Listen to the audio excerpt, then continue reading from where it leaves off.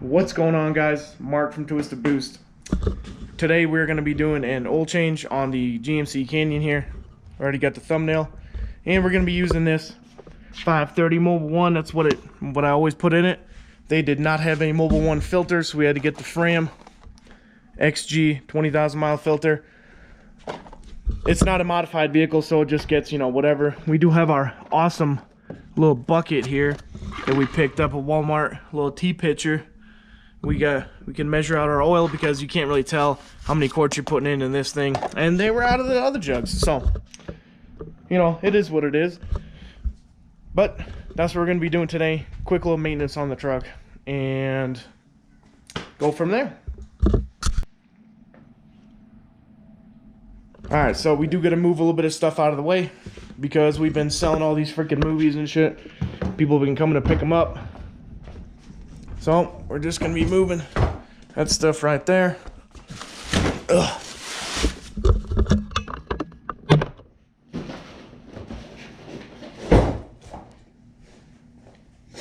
And then we're going to be pulling the Challenger out, truck in, and get going on this quick little oil change. Probably about 30 minutes. And then we're going to tell you about some other stuff after we're done. Alright, so we get the Challenger out. Now we're going to put the truck in.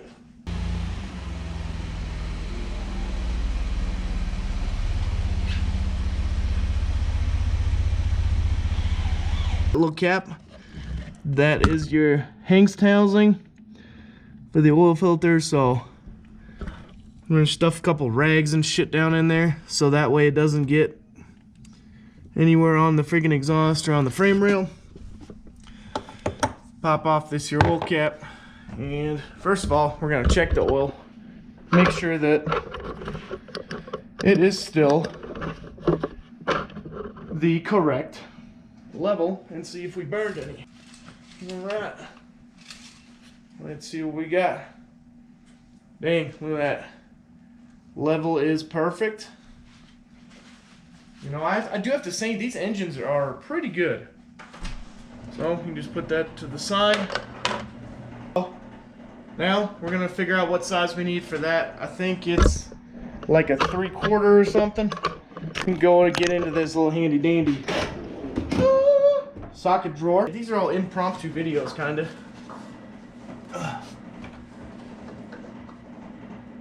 Oh, perfect. 22 mil or 24 millimeter for that. And we are just gonna bump this filter loose just a hair.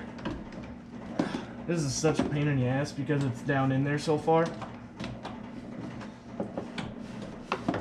So you gotta get the ratchet in here.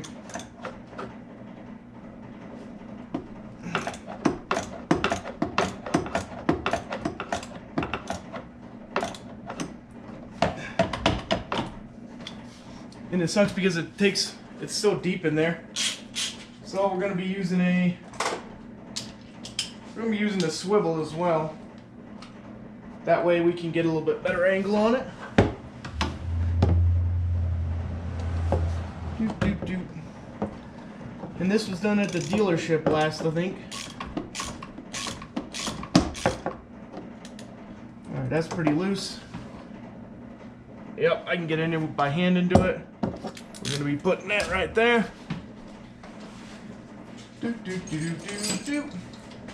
So now we're going to throw some rags over there, and also maybe grab our drain pan. Be a good idea, huh? So I'm just going to slide that underneath there. We are going to grab a few of these guys. Since I don't have any like rags, I gotta get some. And then we're gonna stuff some rags around that thing, so when we take it out, we do not have a bunch of oil going all over the place, because it's kind of hard to get it out of there. So you want to make sure that that you just kind of put some stuff around it that you can catch the oil with, because the way that's gonna work is when you take it out, the filter's gonna be sticking out of the bottom, right? Because it's a a cartridge filter. And I'll show you what I mean by that here real quick before we go drain oil or anything.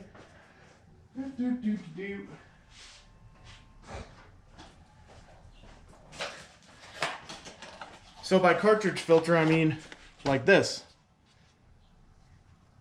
It is just a cartridge that sticks into the top of that housing, and it'll have it like this. And you just stick it down in there. You do want to make sure that you replace the O-ring and put it back into the correct place. Because if you don't, this thing's going to leak like crazy. So, we can kind of keep that right there. And that's another reason I have this rag here.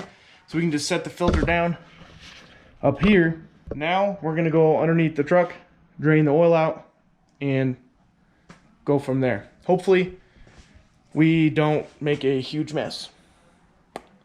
But we'll see.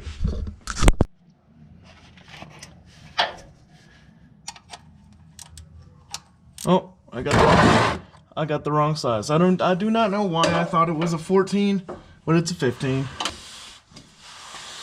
Alrighty, so we got our 15 mil wrench. You don't have to use that yet. Damn.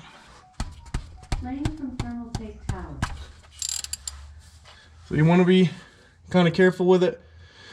A lot of these newer vehicles have a aluminum drain pan and a steel drain plug, so you don't want to strip it out, okay? But that was on there pretty good. I think the torque spec for these is about 18 foot-pounds, somewhere around there. And now that we get it loose, and usually all it should take is a little bump like I did, and then you should be able to take it out by hand. Now, we're going to get this wrench out of the way. Oh. And there's a plug in the oil pan here. We got our vent open. Ow, that hurt, man. It's kind of awkward. I'm used to doing this standing up underneath the truck. So I'm not worried about dropping the drain plug in here, but I do not want to get a bunch of hot oil on me, because I did just drive this, so it's warm. Nice and thin oil.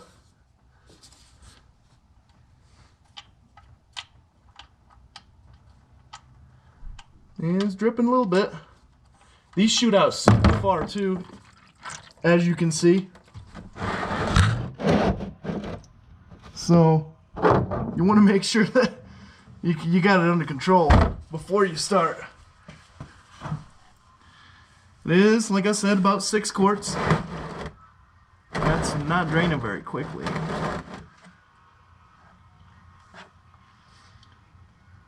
Quick enough. Yeah, it's 6 quarts, so if you have something that can hold about 6 quarts, then you'll be alright.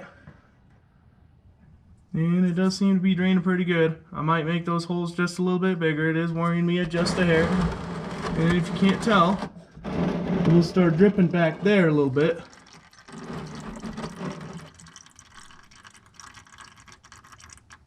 So you want to move it over.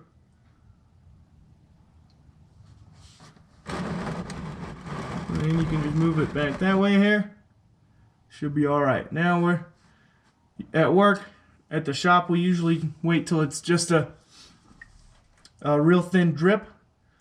But since we're at home, we can sit here and let this drip for just a second, get most of the oil out, because obviously I just drove it. It's gonna have to drain some oil back from the heads and stuff like that from the overhead. Put my hat back on. Yeah, see, so at work we'd plug it up right there. It's probably fine. But we're gonna wait just another minute. We're gonna go grab another rag or so, throw it on that oil puddle, so we can get that cleaned up before it stains the floor, if we got one. Always a good idea. Grab your drain plug, inspect it a little bit, make sure there's no messed up threads, the end of it's good, and there is like a little rubber seal in it. You want to check to make sure it's there. And put her back in. Always have the drain plug either in and tight or not in at all. That way, you never have to think twice about it. Man, did I tighten that? Obviously today, I'm going to have to just hand tighten it right here, get the pan out of the way, and we're going to go put the torque wrench at 18 foot-pounds, and then we are going to tighten it down.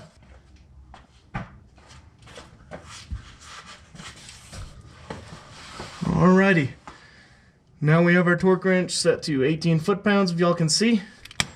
I hope it's not too dark down here, because that's really bright for me. Alrighty. This is a little difficult with the truck being on the ground. Alright, that's it. 18 foot-pounds right there. So now you could mark it with some like rubber seal or something right across, so make sure the drain plug doesn't loosen up. But I trust my torque wrench in my work. So now we're going to take out this filter right here. I don't know if y'all be able to see it real well. So I just kind of put y'all right there.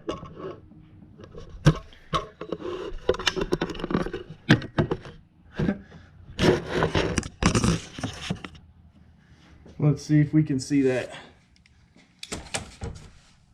And okay, so as you can see, we got y'all kind of hanging out right there, and y'all can see the filter. And I already got some towels down there.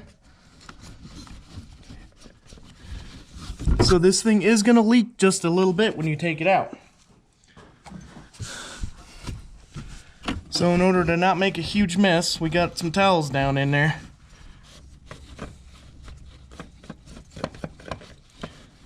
Hopefully it's already done drained out pretty good.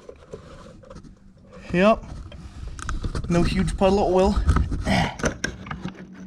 Whoop, there we go. So now we got the oil filter out. And this is what it looks like. Like I said, it sits like this down in that housing.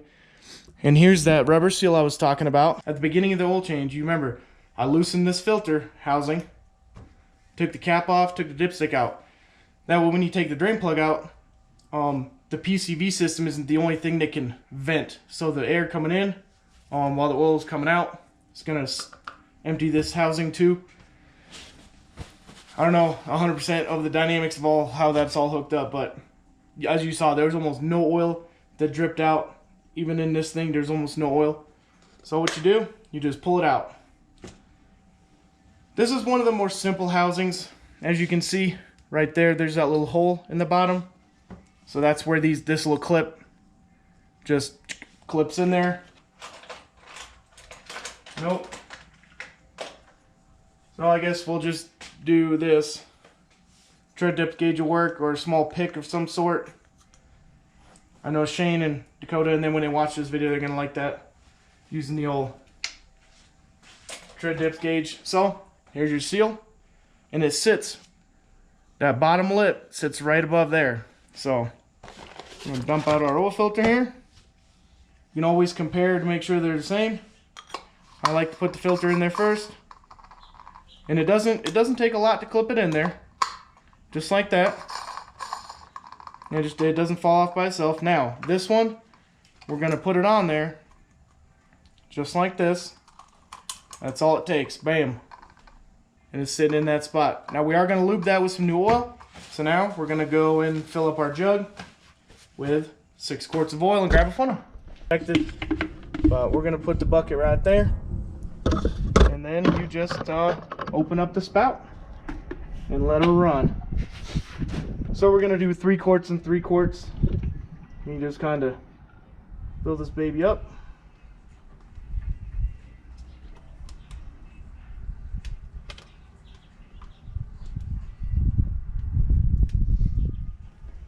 Spin that over. Make sure our funnel is clean, which it is not.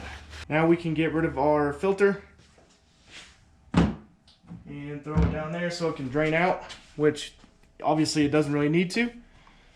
We're gonna grab this filter, and usually I'd be wearing gloves too, but that's all right. Just gonna grab a little bit of clean oil and just throw it on that seal there. Spin it around with your hands a little bit. Now the torque on these is also 18 foot-pounds, so you should be torquing it correctly because these plastic housings can break very easily. And then, oh shit, almost fell off my ladder. So then you can just kind of make it hand tight like that. And you're gonna need to grab your ratchet once again. And we are going to put that on the housing.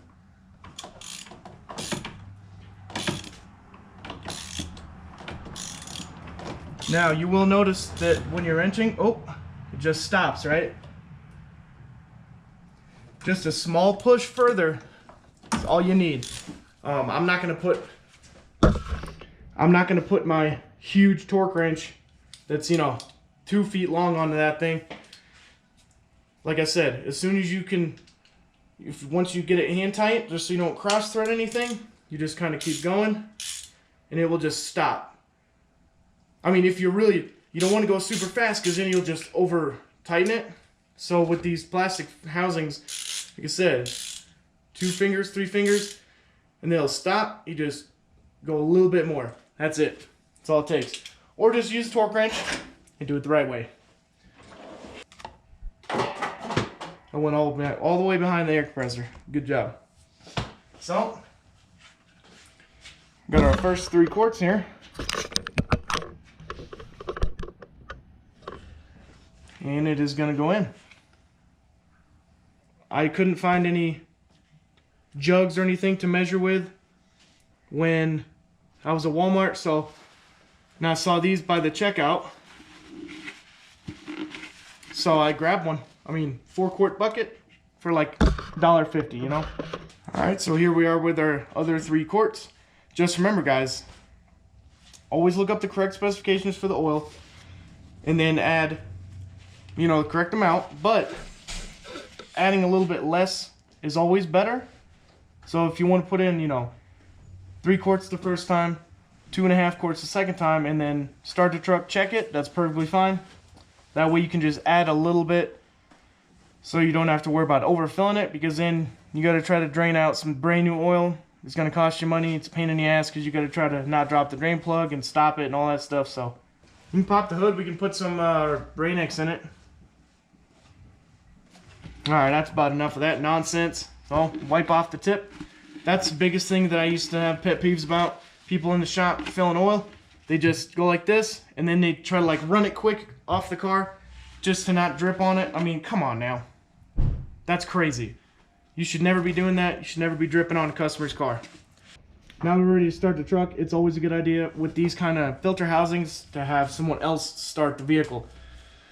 Just in case you misalign that little O-ring that we talked about, or it's not quite tight enough to make sure that somebody can see and tell you to shut the truck off as soon as you see a leak or anything like that. And that's just a precaution.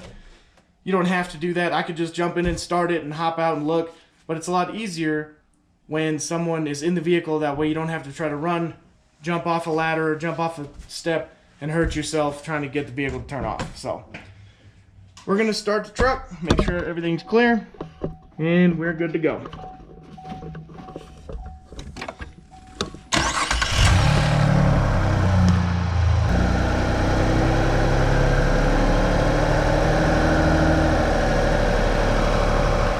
You let off the gas. I'm going to check underneath. And then obviously you want to check the drain plug to make sure nothing is leaking.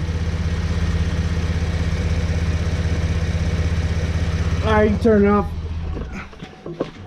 Alright, while we're waiting on that to check our oil level, we're going to come over here. We're going to fill up some washer fluid at our reservoir here that you should probably use a funnel for.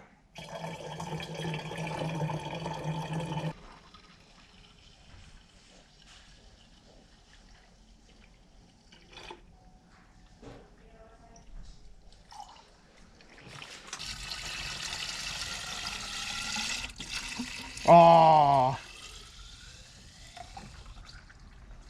It glugged just a little bit. And of course, that's what we got left. Just a little itty bitty. Now, we're gonna recheck our level to see if it has come up. Again, it's always easier to add than take it back out. So, as you can see, either side of the stick, we're not quite there. We're almost, we're just about a quart low.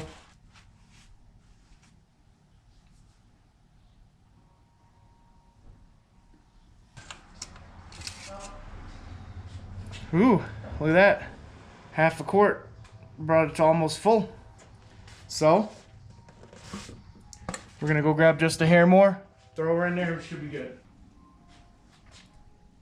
Alrighty, so that crosshatch area, you can see one side it's at the very top, one side it's just about there. So I'm happy with that. I'm happy with, you know, maybe driving it to the gas station and back, and then rechecking it maybe tomorrow morning when it's cold, and it should be realistically at the correct level, because it is hot right now.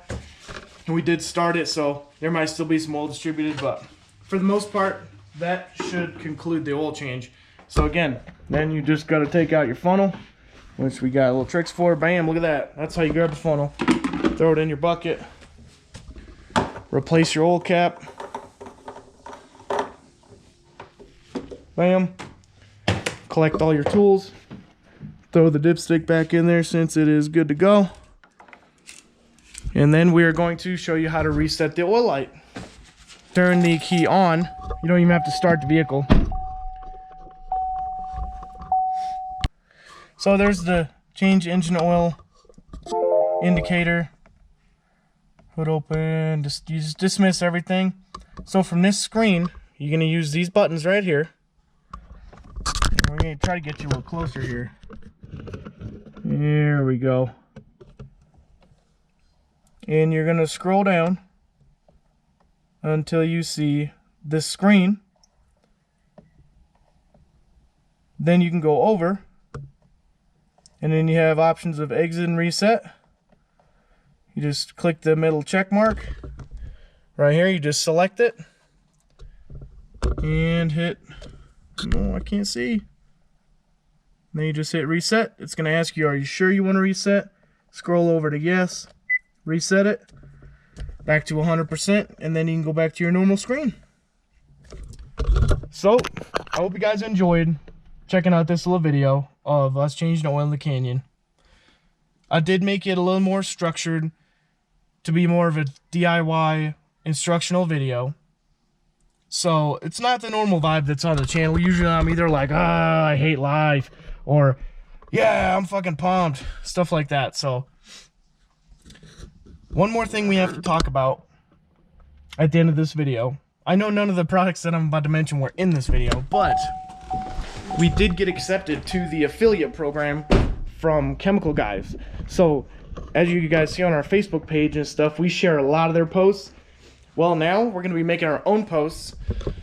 The way it's going to work is, you know, we don't have a custom discount code or anything like that for you guys yet, which hopefully in the future we can do that as well. But if you use the link that's in the description in all of my videos now to go to their website directly and shop, then it helps my channel out. So if you're gonna spend the money anyways and you like watching my videos and you enjoy what we do on Twisted Boost Media, then click the link in the description to go to the site, shop for your Chemical Guys car cleaning needs. I mean, I love this extreme body wash stuff. The interior protectant doesn't leave a film. I mean, all their scents for air freshener odor stuff is perfectly phenomenal. I mean, they're just so good, man. And they sell a handful of other stuff. A ton. I have to say that it's a ton of stuff. So we are waiting on another shipment from them that we just ordered. So we actually tried out our own link, and it does work. So again, if you use our link in the description to go to their website and purchase items, then it helps our channel out. So go click the link, get your summer car washing and car detailing needs. If you're a detailer, man, The more you buy, the better. Just get your stuff from them. They're a super awesome company. Been around for a while now, and I mean their products just have no end for just quality, and they have such a diverse just pile of stuff, man. It's awesome. So like I said, we're waiting on more of their stuff. We're gonna do reviews and unboxings and smelling and all kind of crazy stuff on my second channel of all these products, and then we're obviously gonna use them on the main channel. But I hope you guys enjoyed the video. Sorry about my 3-minute merch plug. We'll see you guys later.